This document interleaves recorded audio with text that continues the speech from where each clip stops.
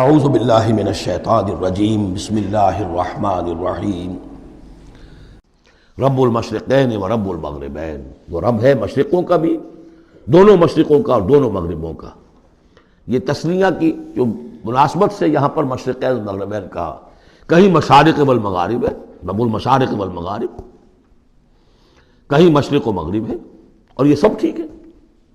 مشرق و مغرب واحد کی حیثیت سے بھی درست ہے، اور مشرقین اور مغربین اس وقت کا جو مشرق ہے جہاں سورج نکل رہا ہے، اس کے مقابلے میں مغرب ہے جہاں وہ ڈوبے گا، لیکن وہی مغرب وہ مشرق ہے دوسرے ہمارا جو پیچھے جو حصہ ہے گلوب کا، اس کا مشرق ہے، اور جو ہمارا مشرق ہے وہ اس کا مغرب ہے۔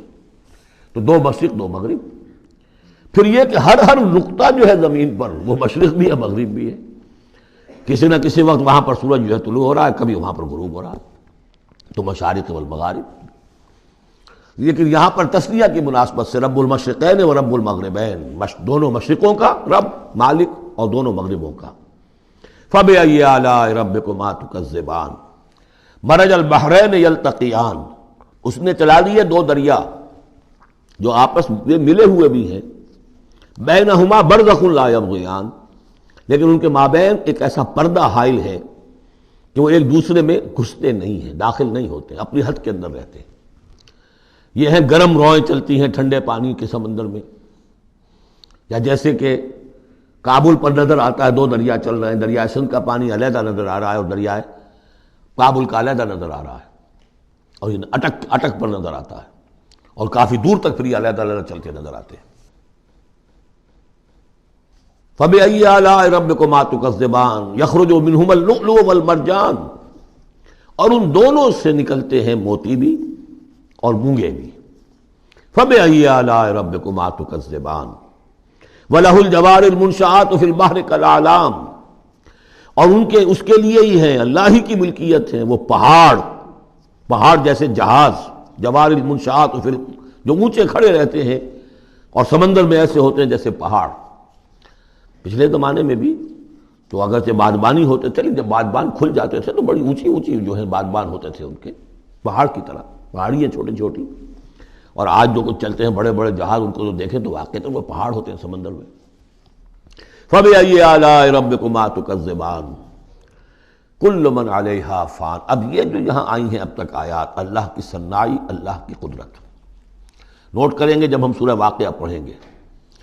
پہلے آیا ذکر قرآن، اس کی عظمت، اور اس کا جو ایک مضمر ہے چیز کہ انسان کو اس قرآن کی عظمت اور فضیلت کو سمجھ کر، اگر اللہ نے وہ جو شعر علامہ اقبال کا، اگر یک قطرہ خون داری اگر مشتے پرے داری، بیا با من تو آ موزم طریق شاہ بازی را، اگر تمہارے جسم میں کوئی قطرہ خون ہے اور کوئی مٹھی بھر پر بھی تمہیں دے رکھے ہیں، اے چڑیا اے بیا، آؤ کہ میں تمہیں شاہ بازی کے طریقے سکھاؤں۔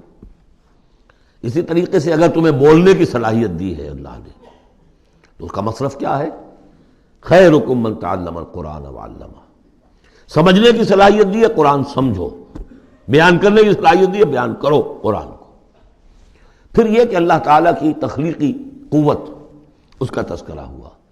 وہاں آپ دیکھیں گے یہ بالکل الٹی یہی ترتیب ہوگی، آخر میں قرآن مجید کی عظمت، اس سے پہلے اللہ کی تخلیقی عظمت، اللہ کے یہی جو اعلیٰ ہے، اس کے بعد اب پہلے جہنم والوں کا تذکرہ یہاں ہو رہا ہے، وہاں بعد میں ہوگا۔ فرمایا کل من علیہا فان، جو بھی ہے اس زمین پر جو بھی مخلوقات ہیں سب فنا ہونے والی ہے۔ وَيَبْقَى وَجْهُ رَبِّكَ ذُو الْجَلَالِ وَالْإِكْرَامِ، باقی تو رہے گا صرف تیرے رب کا منہ، تیرے رب کا چہرہ، جو بہت بزرگی والا ہے اور بہت عظمت والا ہے۔ اب یہ کہ اللہ کا چہرہ ہم کیا اس کو نہیں سمجھ سکتے، آیات متشابہات میں سے ہوگا۔ جو اس کا مفہوم سمجھیں گے وہ یہ ہے اللہ کی ذات باقی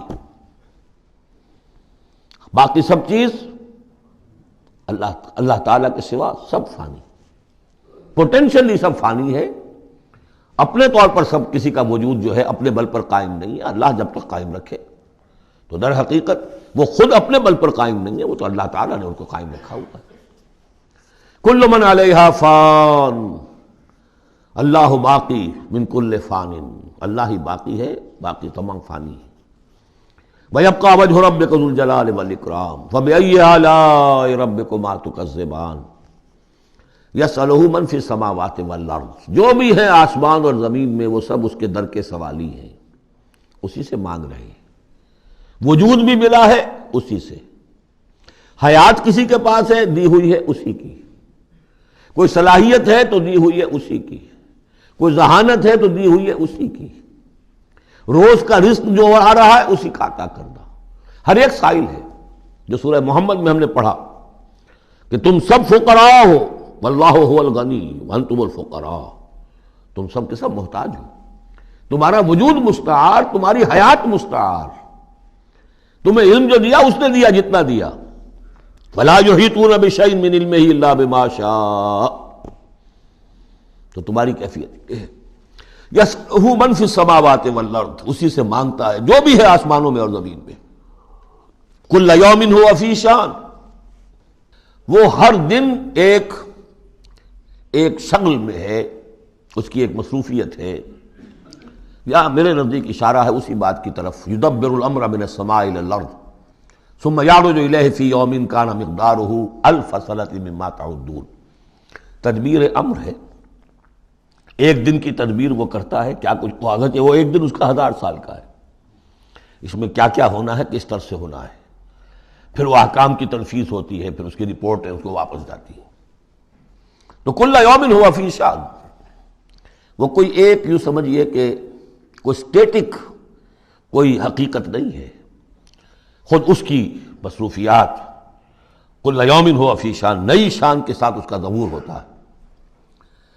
کل یوم ہوا فی شان فبأی آلاء ربکما تکذبان سنفرغ لکم ایھا الثقلان۔ اب یہاں پر کھل کر بات کی کہ یہ تکذبان کیوں کہا جا رہا ہے، ہم جلد ہی فارغ ہو جائیں گے تمہارے لیے، اے دو بھاری قافلوں، اے انسانوں کا قافلہ اور اے جنات کے قافلے۔ ابھی جو ہے اس کائنات کو ہم نے چلایا ہوا ہے، ابھی مہلتیں ہم نے دے رکھی ہیں، وقت مقرر کیا ہوا ہے، اجل مسمى ہے اس کائنات کی بھی اور ہر قوم کی بھی، لکل امت اجل، ہر امت کے لیے بھی ایک اجل ہے، ہر ایک فرد کی اجل ہے، وہ سب ہے لیکن القریب۔ فبأي آلاء ربكما تكذبان، تو اے جنات اور اے انسانوں کی جماعتوں، تم اپنے رب کی کن کن نعمتوں کا اور کن کن صنائیوں کا، کن کن قدرتوں کا انکار کرو گے۔